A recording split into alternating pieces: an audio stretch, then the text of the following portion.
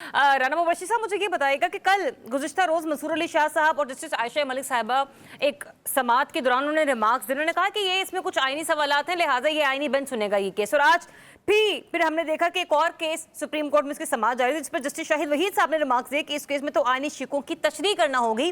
कि जिसके बाद नामजद चीफ जस्टिस यहिया अफरीदी साहब ने कुछ हिदायत जारी की। उन्होंने कहा कि जिन मुकदमात में कानून चैलेंज हुआ है, इनकी अलग कैटेगरी बनाने की हिदायत उन्होंने जारी की।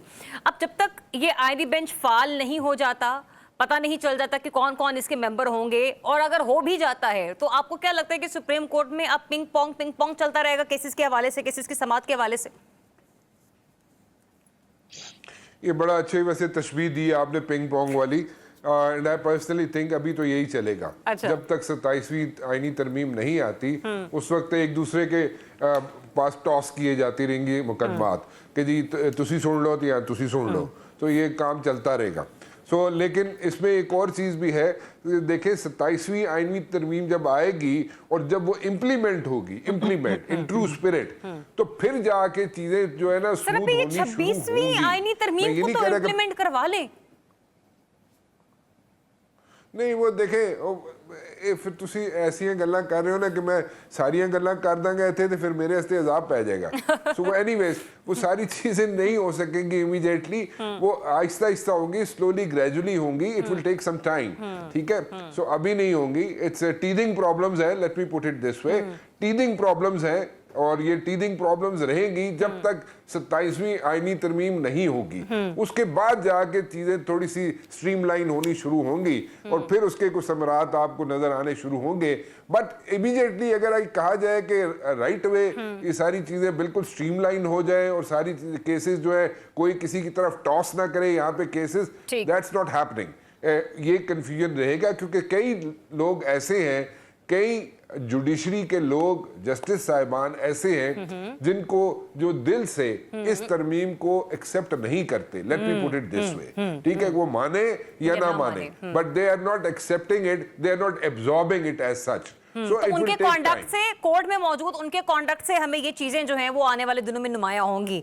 क्योंकि मेरा अपनी पर्सनली राय भी यही है कि बजाय इससे कि हम अभी नामजद चीफ जस्टिस साहब या आने वाले किसी भी जज या किसी भी पैनल के ऊपर कोई ना कोई तज्जिया पेश करें, बहुत बेहतर होगा कि उनकी कॉन्डक्ट से आवाम जो है वो डिसाइड करे कि आखिर ये करने क्या जा रहे हैं। और आना था लेकिन वो पेशावर चली गई, इससे सियासी तौर पर भी एक हिकमत अमली देखा जाए, गर्दाना जाए, और दूसरा ये भी कि वाकई मुस्तकबिल करीब में कोई ना कोई नया केस आ सकता है मंजर आम पर। यही वजह है कि लीगल टीम ने ये सोचा कि पेशावर जाना ज्यादा सूदमंद साबित होगा, ज्यादा बेहतर होगा उनके लिए। देखें, at the very first place उन्होंने लाहौर जाना ही नहीं था, ठीक है, और ये एक डिसेप्शन थी जो कि बनाई गई थी, जो क्रिएट की गई थी, थ्रो की गई थी, एंड द बॉल रोल्ड। और इसलिए कहा गया था कि जी बनी गाला जा रहे हैं, बनी गाला में लोग अलर्ट हो गए, जनाब वहाँ पे अलर्ट कर दिया गया। फिर कहा गया जनाब जमान पार्क जा रहे हैं, फिर कहा गया जी शौकत खानम जाएंगे, शौकत खानम में जाके अपना वो चेकअप कराएंगी। बेसिकली ये सारी डिसेप्शंस थी। उन्होंने जाना ही पेशावर था, उन्होंने जाना ही, इस वक्त जो मौजूद हैं वो सीएम हाउस पेशावर के अंदर मौजूद हैं और इस वक्त वहाँ पे बैठी हुई हैं वो।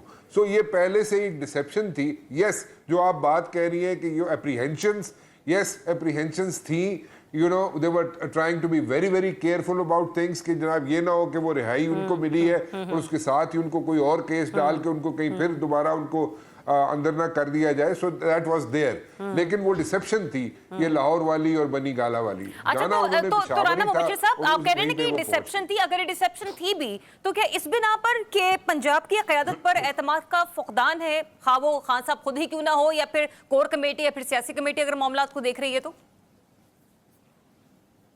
देखें, सिंपल सी बात है, देखें they were trying to be very very careful about all things.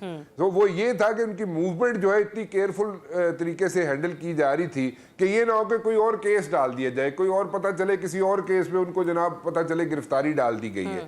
So basically they were trying to be very very careful, ये उनका सारा था। एंड ठीक है, there is a trust deficit, trust deficit तो है, इट्स वेरी ऑब्वियस कि trust deficit है, वो चाहे पंजाब की गवर्नमेंट हो चाहे सेंटर हो, ट्रस्ट डेफिसिट इज देयर। वो तो इतनी जल्दी खत्म नहीं होगा, that is not going anywhere, so it will take time. Probably वो कब फिजल आउट होगी चीजें वो ट्रस्ट डेफिसिट वाली, I don't know, but then it's going to take a lot of time, you know. अच्छा, जिस